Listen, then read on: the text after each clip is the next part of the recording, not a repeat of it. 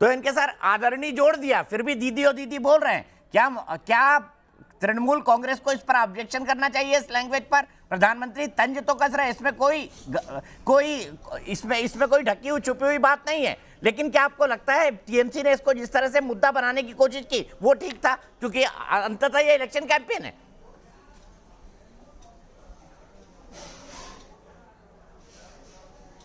नहीं, मुझे लगता है कि ये एक हास्य व्यंग है, बहुत अच्छा एक सरकाज्म है। और पॉलिटिक्स में अगर सरकाज्म नहीं है, भाषणों में सरकाज्म नहीं है, खास करके चुनाव रैली में, तो उसका कोई मतलब ही नहीं रहता है। और ये बहुत खूबसूरत सरकाज्म है। मुझे नहीं लगता कि कहीं से वायलेशन है। लेकिन हाँ, दीदी ने जब ये कहा मुसलमानों से अपील, तो ये clear cut election model code of conduct का वायलेशन है। और इसमें suo motu cognizance election commission ले सकता है। याद रखिएगा, जब आपने चंडी पाठ किया था तो किसी ने ऑब्जेक्शन नहीं किया, क्योंकि तब आपने वो सिंबल वाला किया था जो बीजेपी करती है। आपने भी किया, बिल्कुल सही था वो। लेकिन जब आप चंडी पाठ की जगह डायरेक्ट अपील करती हैं, और यही सब आपको सीखना चाहिए। आप एक क्रूड पॉलिटिशियन है, आप रिफाइंड पॉलिटिशियन क्यों नहीं बन रही हैं? चंडी पाठ तो आपको 5 साल से करना था, आप वहां भूल गई चंडी पाठ करना।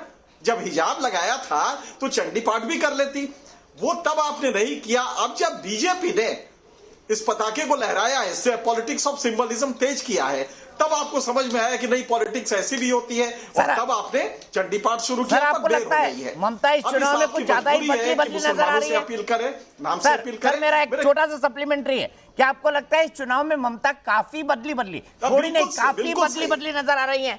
कलमा पढ़ने वाली एक चंडी पाठ पढ़ने लगी, प्रभु यीशु को याद करने लगी, दीपक जी जो बोले सोनिहाल कहने लगी। बिल्कुल मैं तो कभी कभी हंसता हूं कि मैं कभी हंसता हूं कि बीजेपी का कितना ताकत है कि बड़े बड़े नेता जो कि टोपी और दुपल्ली टोपी के नीचे उतरते नहीं थे, आज सारे मंदिर में जाने लगे हैं। तो ये तो ताकत बीजेपी के है, जो आपको भी बना दिया चंडी पाठ करने के लिए मजबूर। और ये पॉलिटिक्स का एक ताकत होता है। भाई ठीक है, 70 साल से हो रहा था, आपने 70 साल से स्यूडो सेकुलरिज्म किया और सत्ता में रहे, तो नेचुरली एक समाज है जो कि रिटेलिएट करेगा, और वो कर रहा है। उसी को तो बीजेपी सिंबल के रूप में प्रेजेंट कर रहा है, तो इसमें गलत कहां है? लेकिन हाँ, अगर आपने डायरेक्ट क्रूड फॉर्म में किया इसको, तो वायलेशन है इलेक्शन कोड ऑफ कंडक्ट का। और जहां तक आप इलेक्शन इंस्टीट्यूशन को आप गाली दे रही है, ये मुझे लगता है वीपिंग बॉय बन गया, सबसे कमजोर यही नजर आता है। आप सोचिए कि टीएमसी के आदमी के यहां मिल रहा है ईवीएम, और गाली पड़ रही है इलेक्शन कमीशन को। ये कुछ ऐसा हुआ कि चोर के यहां से जब जेवर बरामद किए गए, तो पुलिस ने आरोप लगाया, जिसके घर से गया था, चोरी हुआ था, उसके घर से आरोप लगाया कि नहीं, तुम्हारी वजह से चोरी हुआ है। ये कुछ ऐसा आरोप है। मुझे लगता है कि ममता बनर्जी को इस समय ये छोड़ के, और ये जो क्रूड पॉलिटिक्स है, अब भी टाइम है, 5 इलेक्शंस बाकी हैं, लिहाजा अब भी क्रूड पॉलिटिक्स छोड़ के रिफाइंड पॉलिटिक्स में आए, वरना ये लीगल वायलेशन तो होगा ही। जनता भी बहुत ज्यादा इसको खुश होकर नहीं देखेगी। मेरा ख्याल है कि उनको अब अभी तक बदल जाना चाहिए था।